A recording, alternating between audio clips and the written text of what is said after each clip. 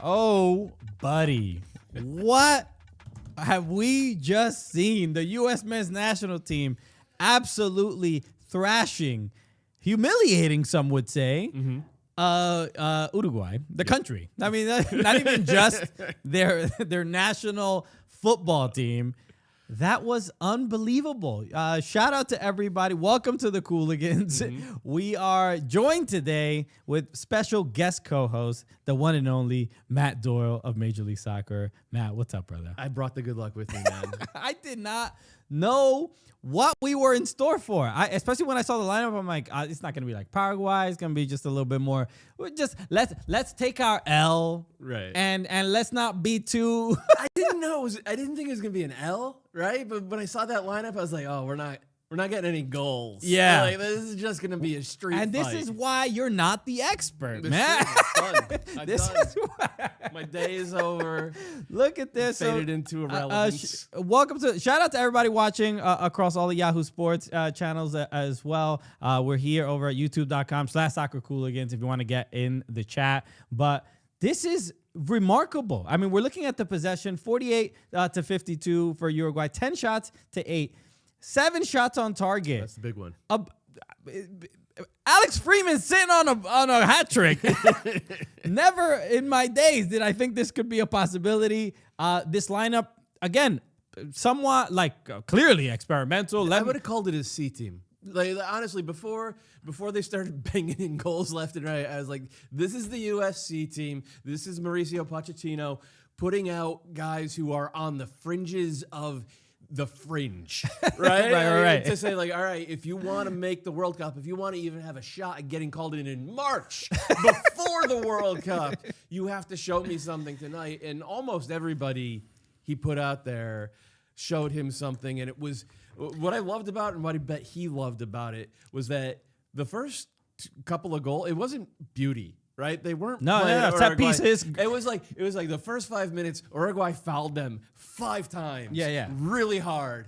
And the U.S. guys all got up sort of collectively and were like, all right, we can play that game, and we're going to beat the hell out of you, and that's what they did. And I guarantee you that's what makes Mauricio Pochettino happiest after this. I agree, yeah, because even at halftime, he was like the most upset about obviously it was a bicycle kick or whatever, but even the chance created before that, he was frustrated by it. Somebody in the chat just said, Michael Raymond just said, stick to MLS, Matt Doyle. All right, it was all MLS guys tonight. Bro, this is a It was Seb Berhalter, Alex Freeman, Diego Luna. Did you watch the same game I did? I love it.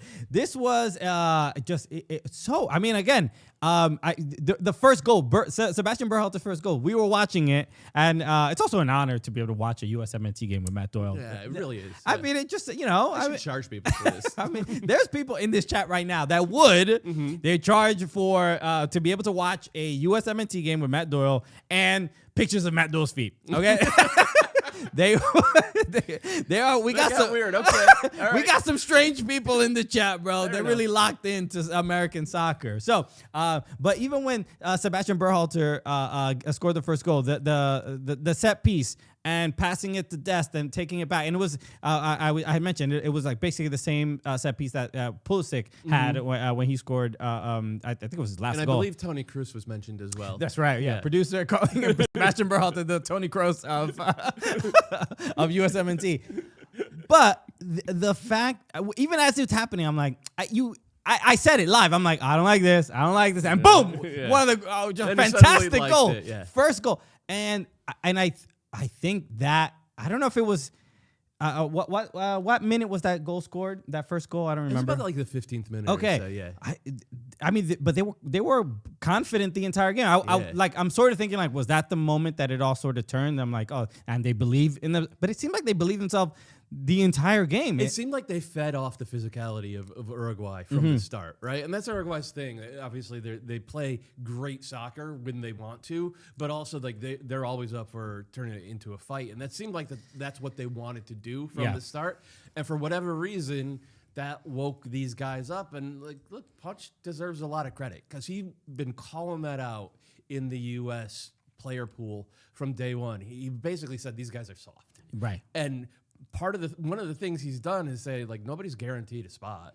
Christian Pulisic, Weston McKennie, Gio Reyna. Like, you have to play your way back in, and then you have to keep earning it when you're here. And that's applied all the way down the roster to guys I never would have thought in a million years said Berhalter would have been part of the U.S. national team. And, like, folks, he's going. He's going to be that roster. This makes things very difficult when it comes to picking a roster for like, Pochettino. Honestly, my buddy Toodle put it on Blue Sky that, like, we're 6 months from the World Cup. We only have, like, 8 or 9 guys who are locks. And not for the bad reasons. If you had told me we only have 8 or 9 guys who are locks, I would have been like, yeah, it's because everybody else is not playing that well. Sure. But instead, it's like anybody who's putting on the jersey these days is like making a case for himself. I couldn't ask for more. It almost feels like the tide sort of turned in the fight against Paraguay, like the actual fight on the sidelines after the Alex Freeman, the whole thing, because they went into this game incredibly well, way better than I expected, given the roster that was there. This is also a game of first, so let's highlight, because the U.S. did a few things that they've never done before. This result is quite shocking. So this is the first time the USMNT has scored 4.5 versus any of the 8 World Cup winning nations. You know what? You lose your World Cups. Yeah, those are out. We get at least one of those. Yeah. Right? We'll take 1930. We finished 4th in 1930. Okay, so yeah. We came real close anyway. That's ours now. Run that World Cup, bro. Yeah. It's ours now. And then also the first time the USMNT has scored 4.5 versus a top 15 team. Again, I mean, if obviously the Uruguay's the bicycle kick goal, it's like, that was nice to see. It made it a little bit more entertaining. But it wasn't a thing where I was any more nervous. That first half, there was just complete control, and it's weird to play against a CONMEBOL team that qualifies for the World Cup pretty much all the time, and they were making mistakes, loose touches, bad passes. Everything sort of worked defensively that made Uruguay a little bit uncomfortable. The fight, the grit, the fouls. Mm-hmm. And they looked a little, I wouldn't say lost, but a little bit like, oh, I didn't know this is who I was playing against today. They were a little surprised that they hit first and the U.S. hit back. Yeah. And that's like I don't think they expected that. And I think, I mean, to be fair, you play this game 100 times, and I think maybe only one ends up 5-1 to the U.S., right? Yeah, that's not a 4-goal gap between these two teams, and I think part of it was, after that first goal, the shoulder slumped a little bit for Uruguay, and they like just lost control of the game. But that's where you got to give credit to the U.S. because like killing them on set pieces for the second goal, Alex Freeman at the back post, and then the third goal, Alex Freeman. Well, first of all, Tim Tillman, what a tackle to start that fantastic, sequence, right? Yeah. And then Alex Freeman and Austin Trusty playing a 1-2 on the side of the box, and Freeman dribbling Ronald Araujo. He was a starter for Barcelona, and I think it was a Betancourt that he dusted as well. Like this was not on anybody's bingo card. This is wild. It was just like funny to see like players like Betancourt and Ugarte that are like playing in really heated Premier League matches every day, being like, I can't figure out this Aiden Morris guy. You know what I mean? Like Sebastian Berhalter is giving me a tough time. I gave him a lesson. Hey, let me show you how things are done out here. I'll tell you a little something about X-Dog. Okay, Paul Carr. Shout out to Paul Carr. Had tweeted the 5-1 win versus the USMNT's largest margin of victory versus the World Cup winning nation. It ties the USMNT's largest margin of victory versus a CONMEBOL team, which was 4-0 against Bolivia in 2016. Big gap between Uruguay. Yeah. Big gap. Sure. But man, this was again, it's like difficult to kind of put into words. There's a danger in reading too much into it because it is a friendly. Right? Yeah. And like the danger goes both ways. Like if the U.S. had lost 5-1, we'd all be pulling our hair out what little we have left. But like it is just a friendly. That said, within the context of the fact that they beat Paraguay, within the context of they beat a very good Australia team, within the context of how hard they played against Ecuador, which is a really good team. Like the U.S. has been playing teams that come out and lay the wood, and teams that are going to the World Cup next summer, and I couldn't be more impressed, man. I couldn't be more impressed with the way they done it. Spiders Laugh then asked the question, does this get Marcelo Bielsa fired? Do you think? Is this an embarrassing enough loss from a Uruguayan perspective? Do you think? I can't imagine. Fired is it's a little aggressive, but it is definitely, and it's also, I think the Pochettino Bielsa relationship is also something, it was almost a little bit like playing against your old team where you don't celebrate. Pochettino didn't really celebrate anything.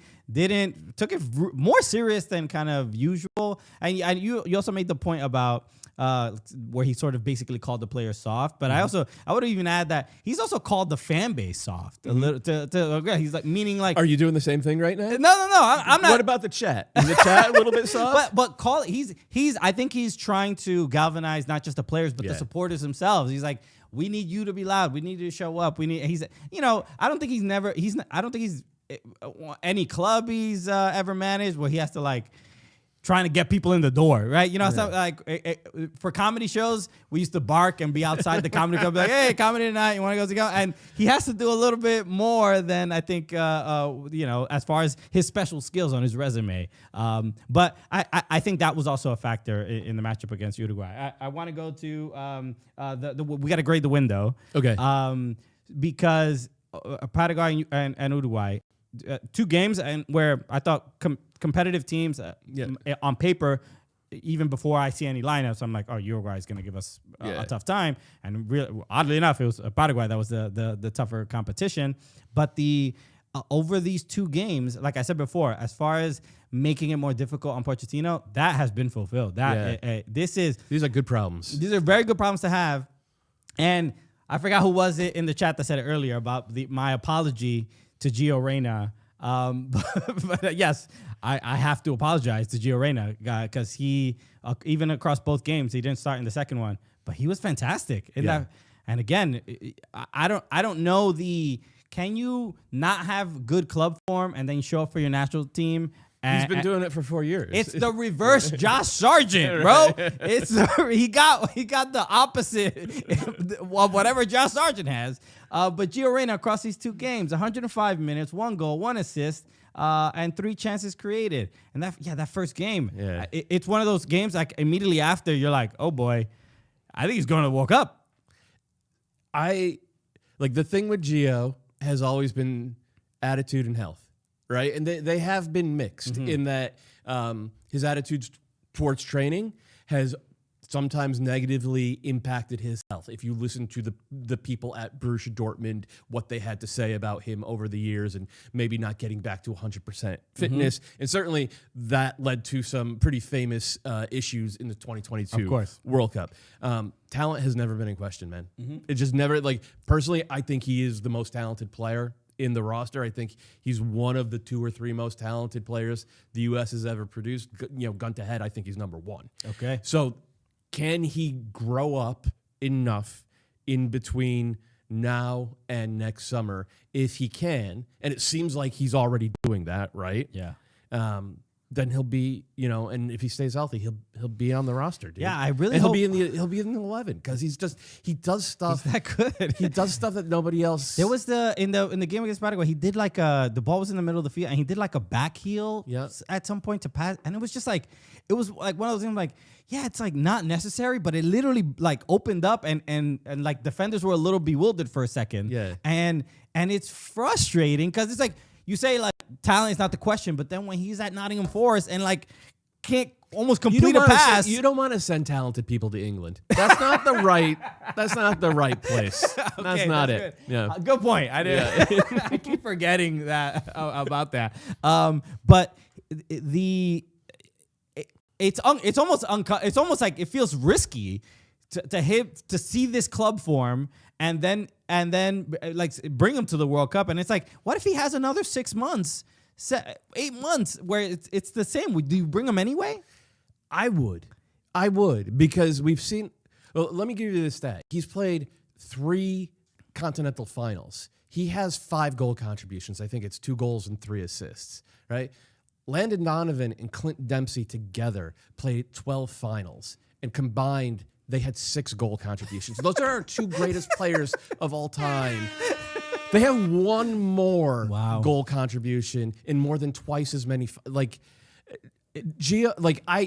If he is healthy and his head is on right in the big games, he will show up. I don't care what he's doing for Borussia Mönchengladbach. They don't really play good soccer. I don't think it's a good fit for him. Yeah. But so as long as he's healthy and getting 20 minutes a game with them, I don't care what the stats are. He's coming to the World Cup if I have anything to say about it. That's incredible. For the record, I don't have anything to say about it. Pedro Navas just said Polanco has to get a Josh Sargent jab whenever he can. Never owe Christian any money. Brother. So across these 2 games, I mean, if I had to grade the U.S., I mean, to me, this is an A. A+. Okay. That's right? Like, I don't think Austin Trusty showed well. I don't think Mark McKenzie was particularly good, but okay. I didn't think those guys were going to make a difference. Sure. The rest of the guys who I wanted to see play well, like Balogun is a fighter. He wasn't super clean with his touches tonight, but he's my number 9, and Diego Luna, he's not as clean with his touches as he needs to be. He contributes. He leads the press. Christian Roldan still being awesome against Paraguay. You go down, the guys who have played their way in, just dug in even deeper. Yeah. And then you get Reyna contributing on top of it. Then you get, I think, leveling up from Alex Freeman, your second favorite player in the world after Josh Sargent. Another apology, I gotta say.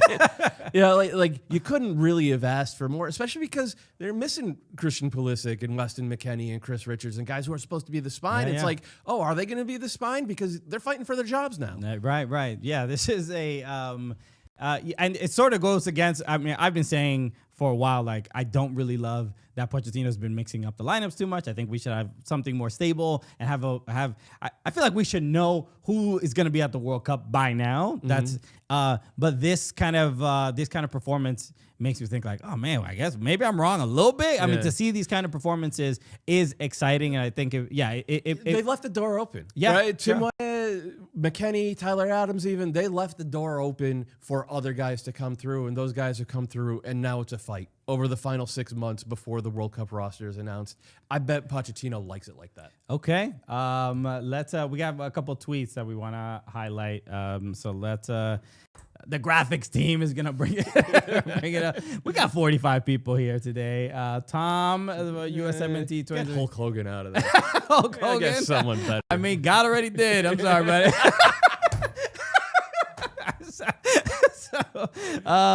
It says USMNT 2025 November window. We got a picture of Xabi Alonso there. Bro, I don't know what. Okay, and Alex Freeman is another one.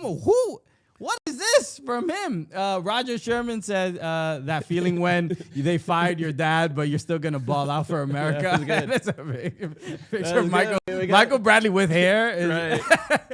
But now we got Seb Berhalter there too, right? Bro, we got a lot of drama. Adam Booker says Uruguay head coach Marcelo Bielsa reportedly told one of his players that playing in MLS, quote, makes players lazy and that they must play elsewhere to make his squads. His Uruguay side is currently down 4-1 at halftime to the United States, and all 4 goals were scored by MLS players. How perfect. We have Matt Doyle here, the armchair analyst, one of the experts of the league. So, and we have USMNT only said, USMNT legend DeMarcus Beasley, that whole half made me smile. That first 40 minutes is the best I've seen the team play in a very long time. That's well put. Even while I was watching him during halftime, I'm like, you also, most of the time, everybody who does the halftime has to explain why everything went so poorly. And it was nice to see him happy about it. What was that last tweet? I didn't see it. Oh, it was one of the comments. Oh yeah, let's look at some of the comments in the chat on YouTube. Shout out to everybody. Pedro Navas said, "Who replaced Alexis with American Idol's Daughtry?" I don't watch that show. I don't know who that is, but I'm taking it as a compliment. But if you see Daughtry, I'm taking it as a compliment. I don't know their music, but I know that you look like the guy. Okay. All right. He sounds handsome. Very much so. Very much so. What do we got next? Michael Dwyer said, Doyle, does this window suggest we need to raise the MLS quota? He's a troublemaker. I like that. We got 5 MLS starters, 4 guys who played in MLS and then went to Europe, another guy who came from an MLS academy and played in the old NASL for the Cosmos back in the day. Haji, bro. And Serginho Dest. Serginho Dest is the odd man out. You're in trouble, Serginho. You can feel free to read the next one. The gap is Columbus Crew, Sebastian, Aiden, Max. We raised them right in Ohio. I actually thought Aiden Morris struggled a little bit, but part of that was because he must have been wearing a Target or something. Yeah, Uruguay did not like him. I don't know Didn't what like he said John to Tolkien. Yeah, those fratty looking guys had it tough out there, man. Shout out Pablito Carro. What's that? I don't know. Paul Carr. Oh, Paul Carr. Okay. Legend, The Paul legend. Carr. All right, I love it. Spiders out said, we asked it, does this get Marcelo fired? Yeah, I don't think that's going to happen. What do we got next? Matt, speak up. Oh, I think the volume is a little low on YouTube, so I raised your volume. I appreciate that. I wasn't going to ask you to scream. That's not your aesthetic. That's not what you do. Andrew Johnson says, do you think Haji cost himself a roster spot? He didn't create any chances in a 5-goal game. I'll say this. With Haji, I love the physicality. I love the fact that you saw it a couple times where they were like bear hugging him because they were worried he might get the ball, and that might come in handy in a game. For sure. As a starter, I don't see it. Or even if he did start, I don't think he's like hurting the team in any. There's a gap between him and Balogun, right? But as far as creating chances for himself, I think so I don't think he costs himself an opportunity. You have thoughts about Pepe though. No, I mean, I think the fact that Pepe didn't get, unless he got injured or something and we just haven't been told about it. But I think the fact that Pepe didn't get on the field is a dead giveaway of what Pochettino thinks about him relative to Haji Wright. I think probably Pat Ajiman is still ahead of Pepe as well, because when Ajiman's been healthy, he's at least been trusted by Pochettino to get out there, and he moves the chains, right? He's not a pretty player to watch, but it's like the same thing you were talking about with Haji. Like, he imposes himself physically, makes it tough on opposing center backs, and suddenly it's guys like Diego Luna or Max Arston cutting aside who have all this room, and it's like, well, that happened because the center forward was occupying 2 guys. Right. Pepe doesn't do that. Okay, Josh Sargent doesn't do that either. I mean, but you don't even have to say that. I already have a long list of things that Josh Sargent does not do. So it's all good. All right. We got anything else? No more tweets. So we'll some of the players of the game, and let's look at who do we got first that we want to highlight. Is it Alex Freeman? Maybe should we start there? Alex Freeman with a brace. The apologize. I mean, I wish I had some sad music to play.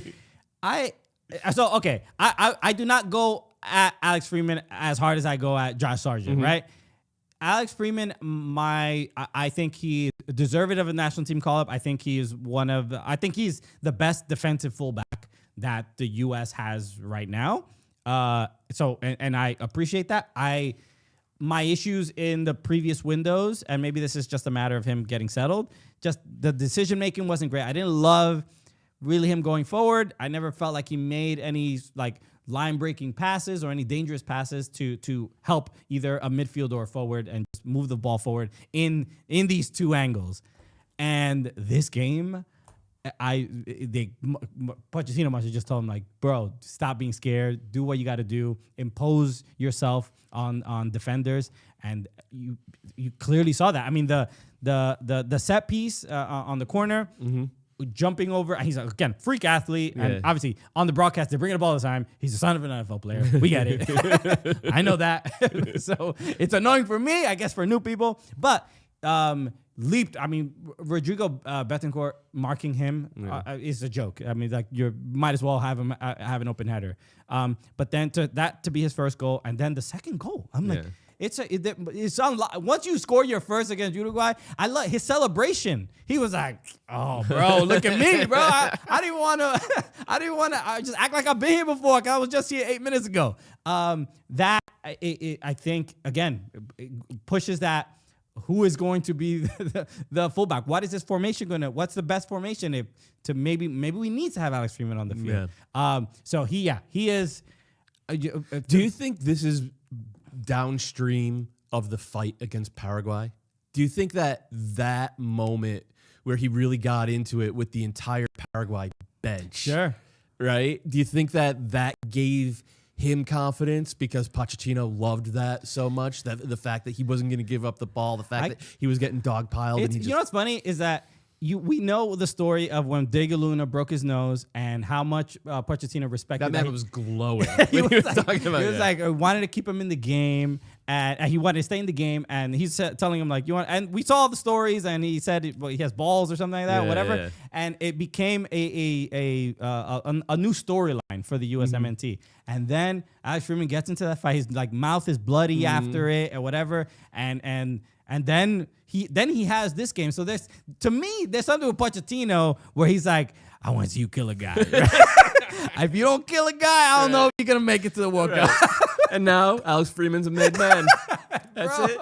Okay, he got his stripes. He did everything he needed to do, and I think this kind of goes back to the Pochettino's criticism. I mean, look, right? He's the way he's going to impose his will on the team. He's not going to teach them how to pass the ball or shoot better or whatever. It's just finding the right roster, getting them to believe in themselves, and then getting them. He's Argentinian. There is a. Man, Are you about to be problematic? I'm about to be problematic. I'm gonna say that, like, we know that Argentinian, when it comes to either from players to supporters, they're like kind of psychotic. There's like an insanity. I'm gonna sit this one out, but you go ahead. there's a level of insanity to the dedication to the badge. That Argentinian fans are singing every song. It's like, and the entire stage. There's not anybody who doesn't know the songs, and I think that's true. And he's bringing that to this team, and it'll take probably a generation for it to be that as intense as Argentina, maybe even multiple generations. But at the very least, he's bringing some of that that I would argue even toxic culture. Of how people engage with the sport and bringing that and that's what you need to win a World Cup. You need some good players, a little bit of luck.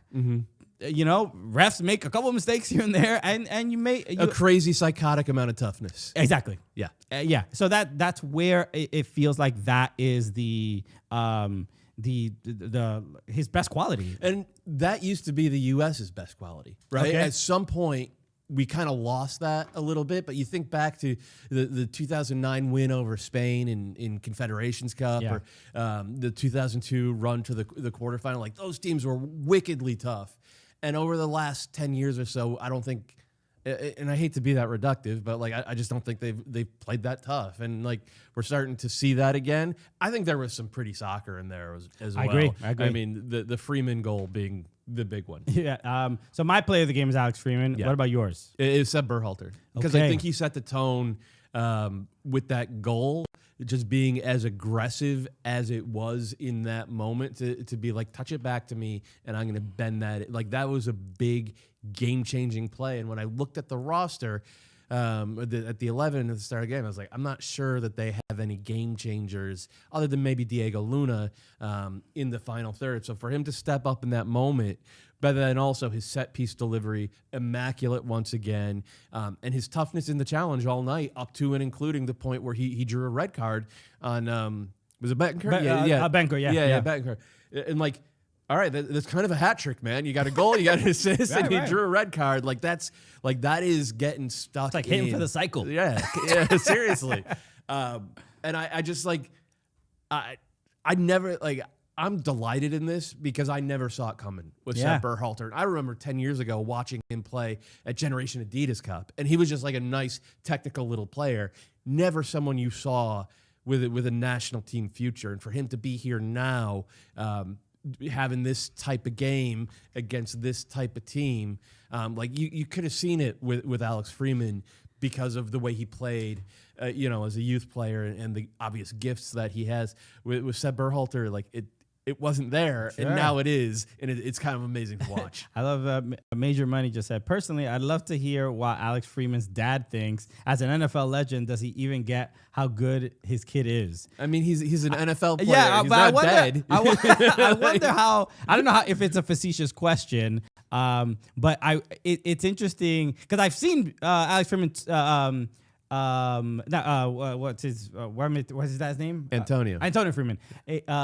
Talk about his son, and he's I think he does get it, but he doesn't. I don't know if it's like tough dad thing, NFL guy. He's like doesn't allow himself to be too impressed. You know what I mean? Like win a World Cup, then you know he's a little bit of that. But he better be impressed after tonight. Man. I hope so. Right? I hope so. But man, yeah, that was a I mean, it's one of those games that for a player like that, you know, even with Orlando, they lost in the wild card, right? Yeah. And it's just like not sort of representative of like what his season has sort of been and like or the team's season has been. Yeah, not his. Exactly. He was not the problem. And for him to have a game like this is just again for both of them, I think is remarkable. So okay, Berhalter stats here: 80 minutes, 90 minutes, 1 goal, 1 assist, 3 chances created, 1 broken leg avoided. Yeah, which was important because Vancouver needs him bad this weekend. I also the fact that there was a red card given in a friendly. I mean, it has to be a pretty bad challenge for. That was a bad one.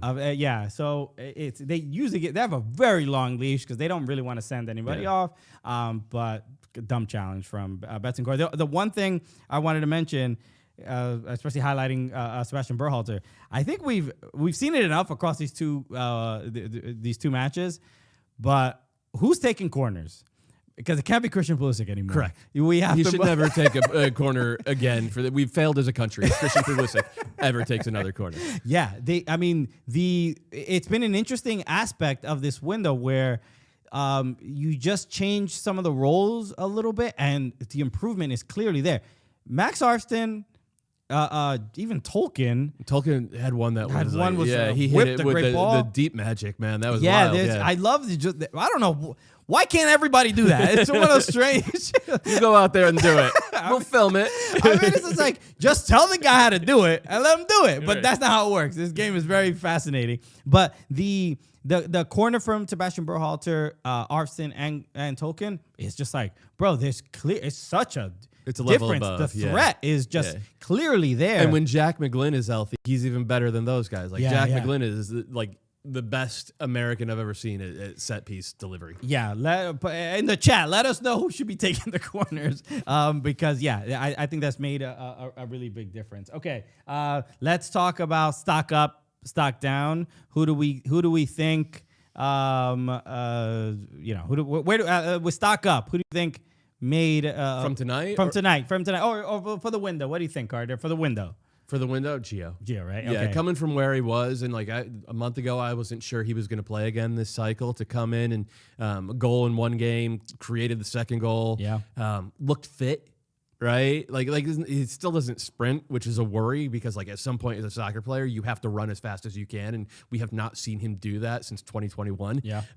But like he looked good and then came off the bench. I don't think he was as sharp in this game, but he had an assist anyway. So Gio. Okay, for me, I would also go with Gio, but for the sake of just picking someone else that I think stock. I guess Alex Freeman is not really. I guess his stock did go up. I mean, there's no way to deny it. I mean, I feel like as far as like people that didn't score, you were more critical of Aiden Mars. I thought I liked the tenacity in this game. I liked the he just looked a little sharper, a little. He had like a pep in his step that I'm not used to. He was getting stuck in. I thought he was really sloppy, right? If you think about the breakdowns at the end of that first half, a couple of them, including the goal, came from giveaways from Aiden Morris. When you think about the guys he's competing against for that spot, guys like Christian Roldan and Tyler Adams, Tanner Tessman, who came in, had a really good game. Tough. Okay. I thought it was a tough night for Aiden Morris.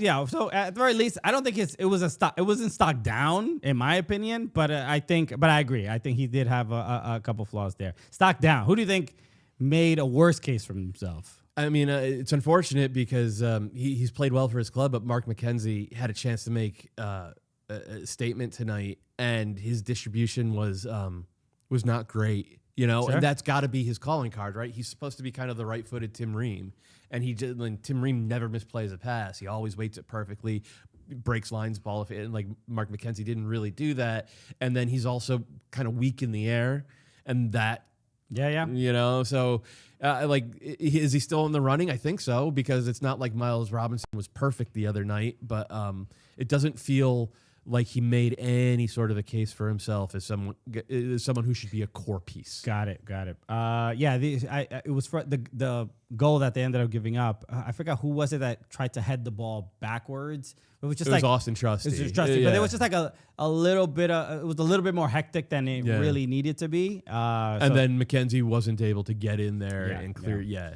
I mean, who stuck down? Ricardo Pepi. Ricardo Pepi. Okay, you know. Okay, that's fair. If you think about it, like coming from where he was, like he's a Champions League player, right? He plays for PSV. Yeah. He's a goal machine for them. He did not beat out Balogun for the start against Paraguay. Okay, that's fine. Balogun's great. But he comes on and he has a chance to make a mark, to score a goal. He takes 3 touches when one would have done.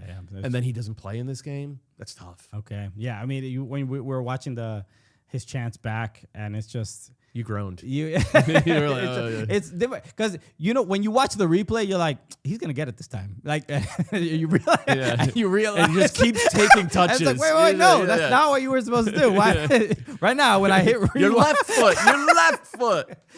frustrating. Yeah, it's frustrating to, where a moment like that can change the trajectory of your USMNT career. Possibly. Yeah. I still think he gets another opportunity in March. I think we'll see him in March. Yeah. But not great. The door's shutting. Yeah.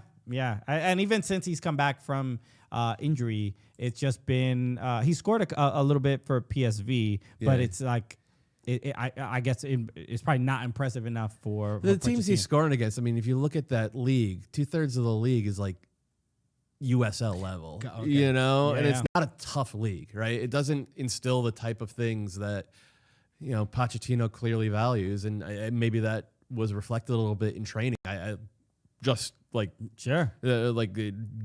at that, but the fact that he didn't play is a worry. Okay. All right. Let's look at a couple tweets. We got Landon Donovan said, "What is going on?" And that's just him looking in the mirror, looking at his hair. Glenn Dempsey says USMNT and just the eyeball emoji, the eyes emoji. We got Joe Lowry. Shout out to Joe Lowry of Total Soccer Show.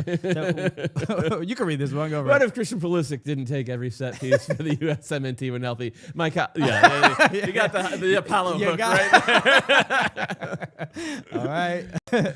Alex on Twitter says, "Holy S, LMFAO, we are destroying Uruguay, a quote unquote World Cup favorite with our C team." We got Hulk Hogan, now we got Mel Gibson. What is going on here, man?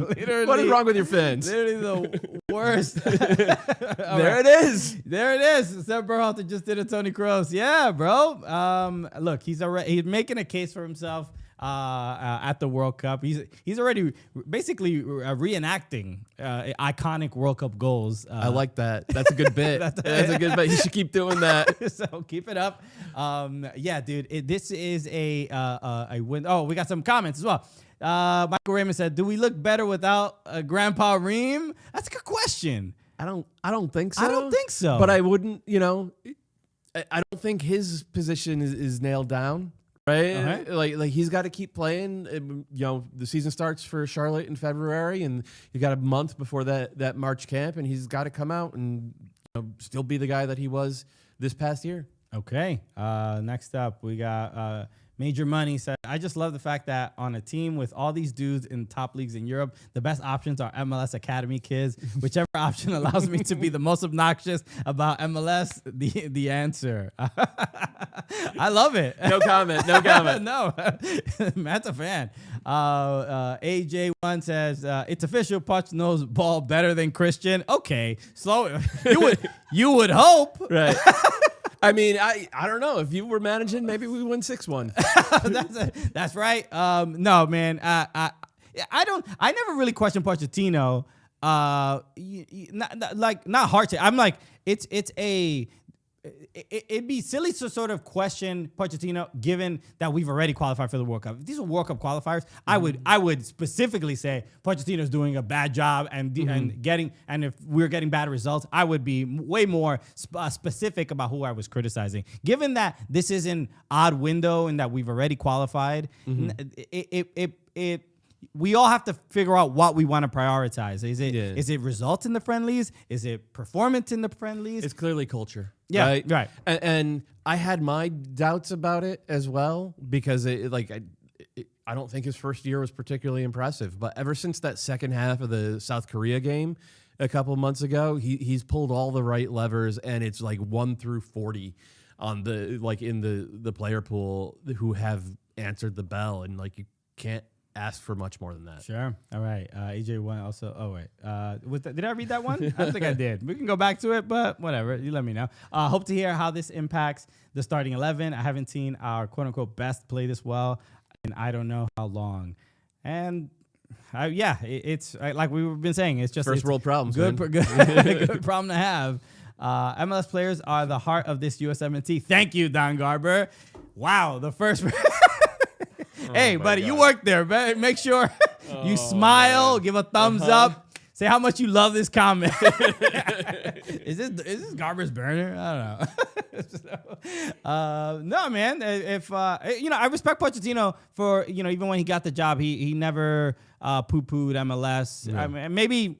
That's part of the job. Didn't poo-poo any of the leagues, right? Yeah. It's like if you're playing in a good level, you're gonna get called in, whether it's Championship, MLS, Premier League, Serie A, and like that's what the job is. Yeah, dude. So just a fantastic 2 games. You're glowing. When we were prepping for these 2 games and prepping for this show, I was just like, all right, our show is to uplift people after terrible losses. Right. That's what we do. Right.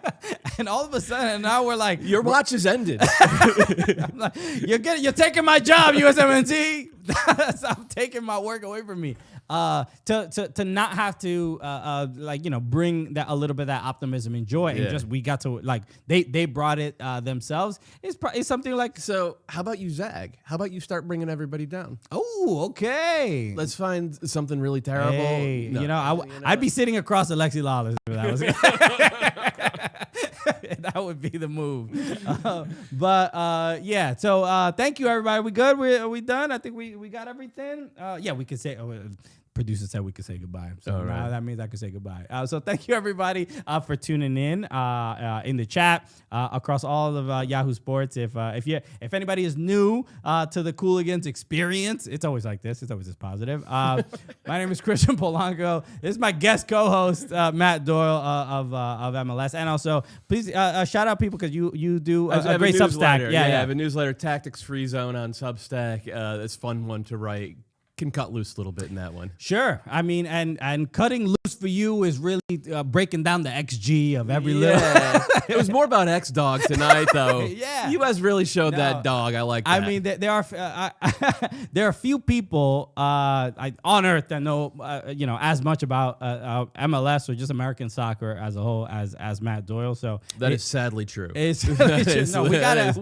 is damning right there, my friend. I don't know. Is there a presidential medal of honor for what?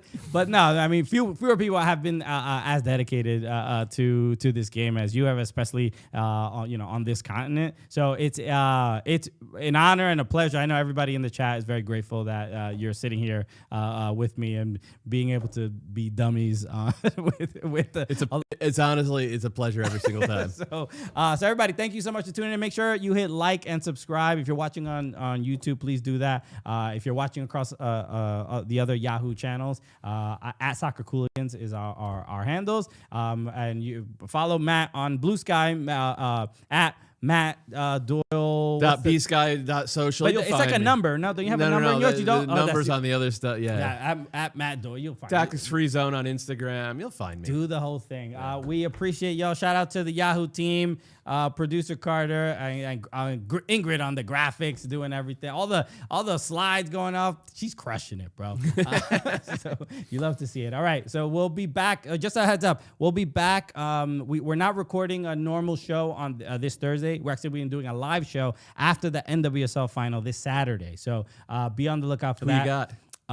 Alexis Guerrero's. No. No, come on. Oh, to win? I mean, I'm a Gotham homer. Okay. But I think, if I'm not mistaken, I believe the Washington Spirit have not scored against Gotham this season. I could be wrong. It might be only like 1 goal. So I think it's a low scoring game. Who you got?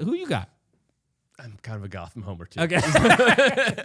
I mean, it's one of those things where you sort of like, I think a lot of people want kind of like both teams to win. But I love the way Washington plays. I say It's a here. beautiful And team I to think watch. as far as defensively, that's where Gotham, I mean, they have Gift Monday and Kouassi are just unbelievable. They and you saw the goal that she scored the other weekend. So it's going to be tough. So this weekend, Saturday, after the NWSL final, join us here on the Cooligans YouTube and across Yahoo Sports, and we're going to be talking about the game. So thank you, everybody, for tuning in. Shout out to everybody in the chat. Y'all were hilarious. We always appreciate it. You make the show a lot more fun. So thank you for all your contributions as well. All right. We'll see you Saturday, everybody. Peace.